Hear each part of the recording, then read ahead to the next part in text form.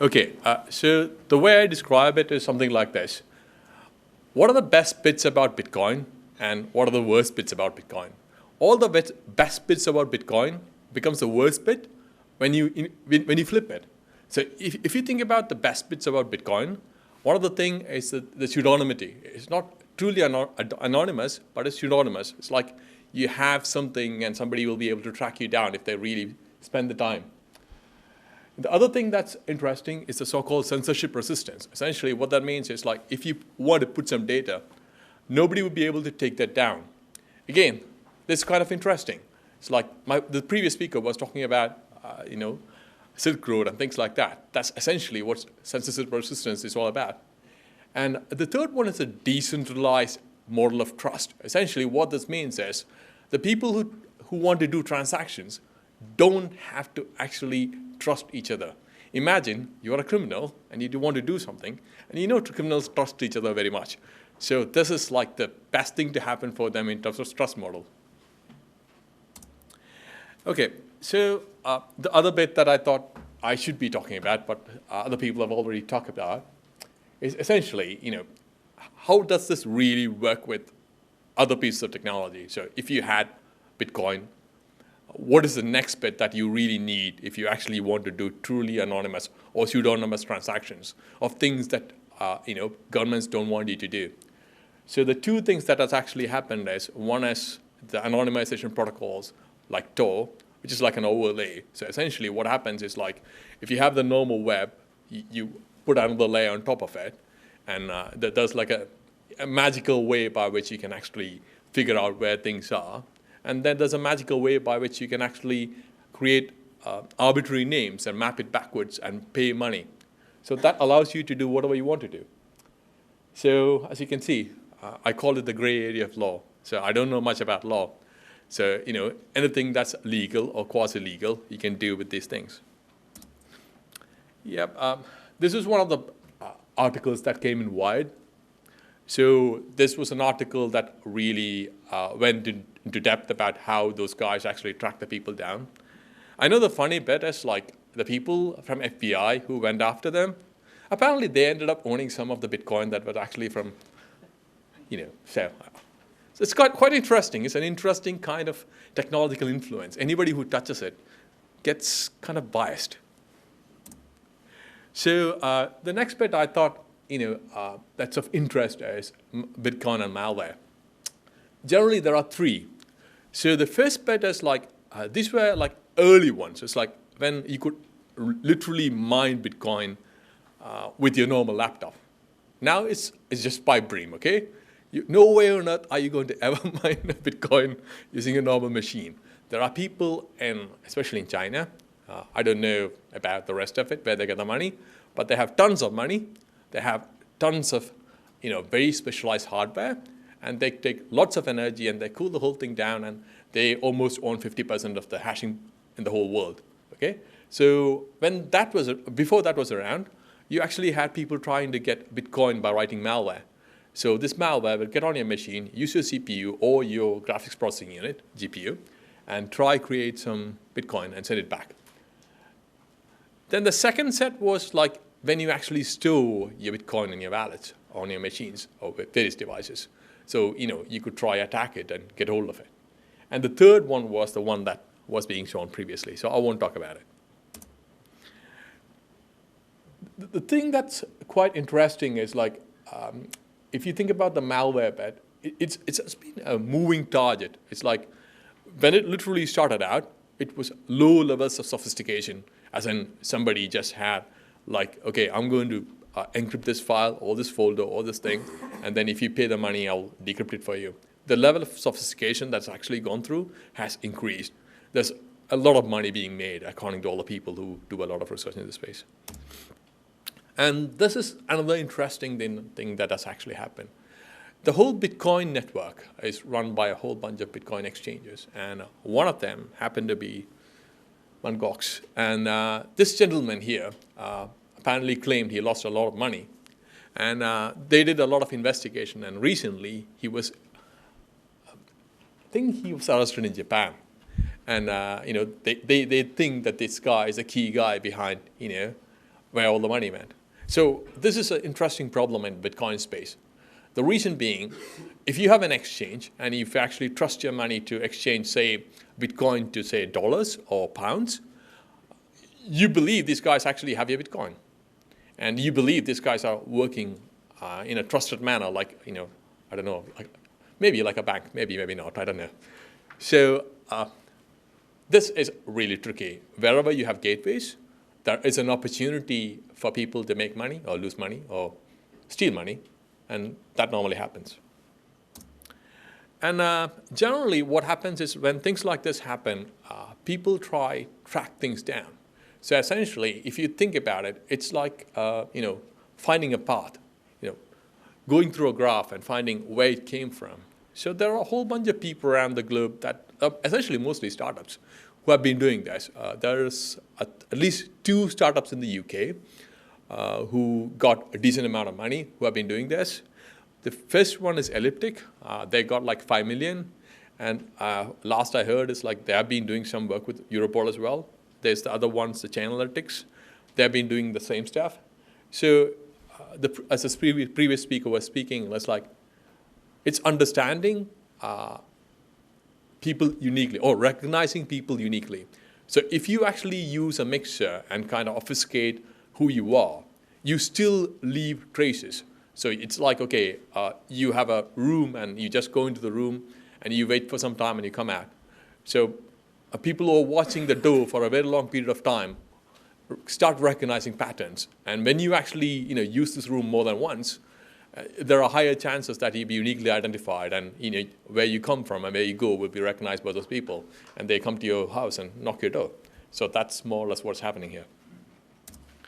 Okay, I'm going to talk a bit about smart contracts, because the thing that's interesting about smart contracts is, until now, as I was describing, if you ever wanted to do something, you wanted to have some amount of trust with the other person.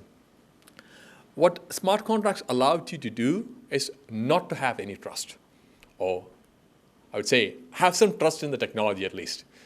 So instead of trusting humans in general, you could trust technology, and you could probably get some things done. So there's this very interesting guy, Nick Szabo, who actually came up with the whole idea of smart contracts. I'm not going to go through it. I'm going to just skip over it, and I'll describe how this this will really work. Let me give you some interesting constructs, okay? So imagine you had the case of a smart contract, right? We just saw how it's normally done. You can actually write a smart contract. So what a smart contract could do is it will validate whether the amount of money has been paid, and if it's paid, release the key, and then transfer the money that you got to an account that's not visible to anybody else. So literally what that means is you can have a piece of code that's smart enough to actually do some bad stuff and gain the whatever ill gains and transfer it to the people that actually created it. And there are more sophisticated versions of this. There's actually a paper that was published by a bunch of guys from MIT and other places. And the bit I liked the most is the second code.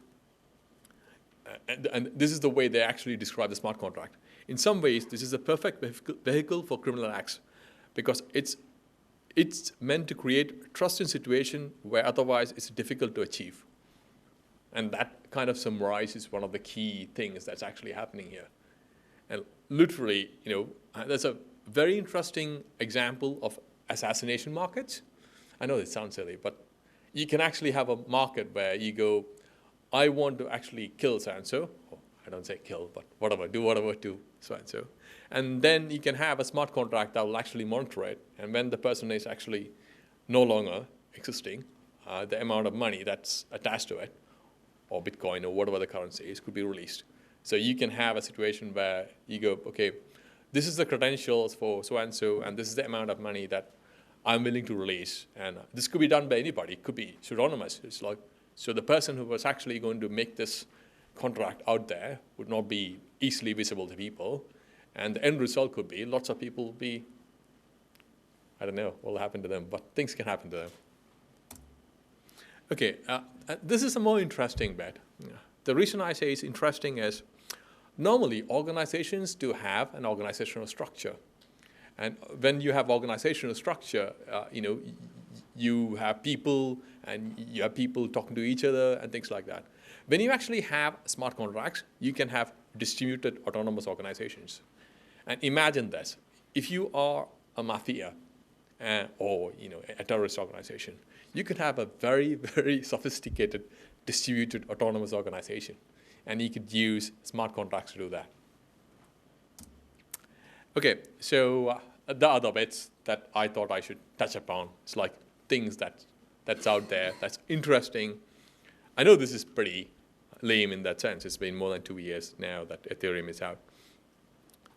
So the key difference between the normal Bitcoin blockchain versus the Ethereum one is you have the ability to actually do a proper contract. Let me try to describe that. So when you actually write a smart contract within like a normal Bitcoin blockchain, your ability to keep states, as in, what's the previous thing and can I actually check this? The number of states you keep and the conditions you can keep is kind of limited. Whereas this allows you to actually have I would say, full set of functions. So you could actually say, do this, then that, if not this. So it's very, very useful and very handy. And it comes with a whole bunch of layers, and each layer having its own functionality and integrated with the next layer. So I was hoping to say a couple of words about it, but I think it's too geeky for anybody here, so I'll probably ignore it. Anyone in the audience interested in any other pieces? Which one? Oh, okay, all right, I can try. So what I was hoping to say was like, when Ethereum was first released, it was kind of a beta situation.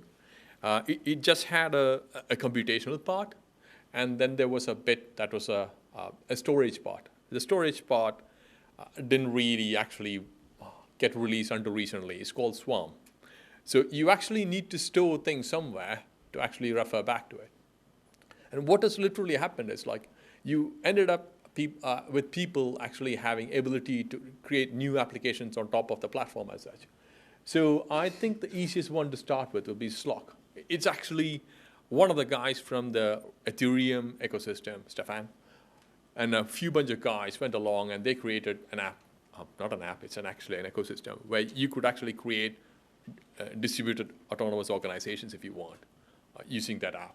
So literally, if you were to say, okay, this is the structure of the app, and this is how each of the person will interact, you could create that and make it run on its own. And pretty much all the rest of them is like one take or the other on essentially smart contracts. There's nothing really. Yeah, I'll explain a bit about provenance maybe. Okay, so the reason provenance is a bit interesting is like you have this concept of free trade, right? So when you buy coffee, you have this marker on top says this is free trade, and when this coffee was bought, the farmer who is actually in some part of the world will actually get some money. How the hell do you know this coffee is from wherever they claim? You have no idea. So one of the things that you could actually do is actually store the data about the coffee on a blockchain. And that will allow you to track forwards and backwards. So when the coffee grower actually sells the coffee to the first supplier, that'll be the first transaction on the blockchain and goes all the way up to your coffee. So you could actually go back and see, if say, for example, if you were to use a Bitcoin to pay for this, you could pretty much go and look at the graph and go, this cup of coffee, this is actually made using this coffee bean, which is grown in this part of the world by this person. And you can even see if the money actually reaches them if you're using cryptocurrencies. So that's provenance. It's like you're looking at auditability of everything throughout the chain. Well, there are some crowdfunding platforms which are interesting as well. So effectively, the thing about all these applications is the fact that when you say you're going to do something, you set up a contract. And because the contract runs on its own and you have no ability to actually change it. You can actually change it, but let's ignore that fact for now because that's slightly more complicated. But once you set it up, And when you publish it, it actually runs on its own. It will have a life of its own. So imagine you're doing crowdfunding. You're going to say, when I actually raise, say, £100,000 to do this project, I will actually give everybody who gave me the money this particular product, or else I'll give the money back.